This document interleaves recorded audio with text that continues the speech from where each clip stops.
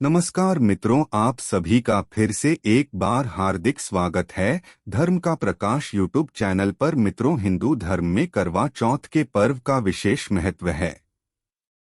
इस दिन सुहागिन स्त्रियां पूरे दिन निर्जला उपवास करके पति की लंबी उम्र की प्रार्थना करती हैं। ऐसा माना जाता है कि जो स्त्री श्रद्धा पूर्वक व्रत और उपवास करती है, उसकी सभी मनोकामनाएं पूर्ण होने के साथ पति को दीर्घायु का वरदान भी मिलता है। दिन भर निर्जला व्रत करने के बाद रात में चंद्रमा के दर्शन के पश्चात ही जल और अन्न ग्रहण करने का विधान है। करवा चौथ के दिन पूजन के कई नियमों में से एक इसकी कथा का पाठ करना भी है। मान्यता है कि जो भी स्त्री इस व्रत की कथा का पाठ करती है, उसे सौभाग्य का वरदान प्राप्त होता है।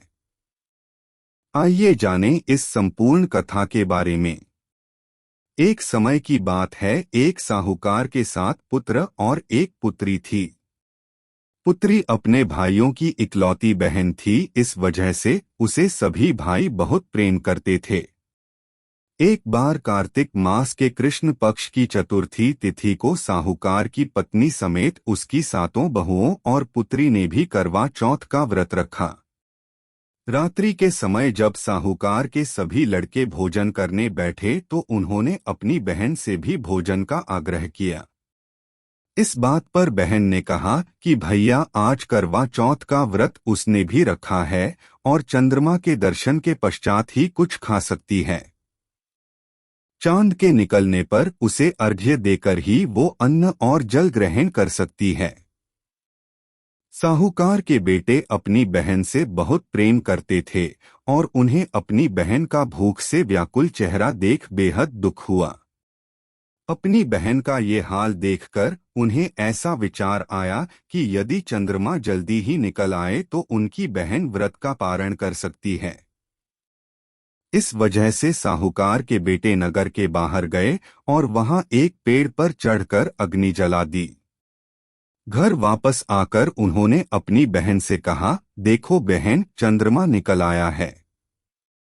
अब तुम अर्घ्य देकर भोजन ग्रहण कर सकती हो।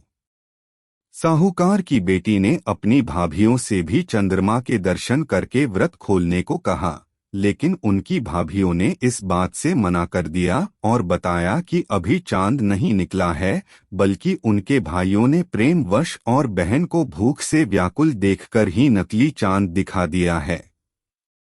हन ने भाभियों की बात को अनसुना कर दिया और अपने भाइयों की बात मानकर भाइयों द्वारा दिखाए गए नकली चांद को अर्घ्य देकर अन्न जल ग्रहण कर लिया। इस प्रकार बहन का करवा चौथ का व्रत भंग होने की वजह से भगवान श्री गणेश साहूकार की बेटी पर अप्रसन्न हो गए। गणेश जी की अप्रसन्नता के कारण उस लड़की का पति जल्दी ही बीमार हो गया और घर में बचा हुआ सारा धन उसकी बीमारी में व्यय हो गया। साहूकार की बेटी को जब अपने किए हुए दोषों का पता लगा तो उसे बहुत पश्चाताप हुआ। उसने गणेश जी से क्षमा प्रार्थना की और फिर से विधि पूर्वक चतुर्थी का व्रत शुरू कर दिया। उसने विधि से पूजन करके चंद्रमा को अर्घ्य देकर अपना उपवास पूरा किया और वहां उपस्थित सभी लोगों का आशीर्वाद ग्रहण किया। साहूकार की निश्चल भक्ति और श्रद्धा को देखकर भगवान गणेश जी उस पर प्रसन्न हो गए और उसके पति को जीवन दान दिया। साथ ही उसे सभी प्रकार के रोगों से मुक्त करके धन, संपत्ति और वैभव से युक्त कर दिया। करवा चौथ माता की जय। ऐसी मान्यता है कि करवा चौथ की पूजा तभी पूर्ण मानी जाती है जब पूजा के साथ इस कथा का पाठ किया जाता है। जो स्त्रियां करवा चौथ के दिन पूजन के साथ इस कथा का पाठ करती हैं और चंद्रमा को अर्घ्य देती हैं, करवा माता उनके पति को दीर्घायु देती हैं और साहूकार की बेटी की ही तरह उनके पति पर भी सदैव भगवान गणपति की कृपा बनी रहती है। करवा चौथ के दिन इस व्रत का एक कैलेंडर सामने रखकर करवा माता का ध्यान करते हुए यदि स्त्रियां इस कथा का पाठ करती हैं और दूसरों को भी कथा सुनाती हैं तो उनका सौभाग्य अखंड बना रहता है। करवा चौथ की ये कथा आपके जीवन में सुख समृद्धि का वरदान और वैवाहिक जीवन में खुशियां प्रदान करेगी।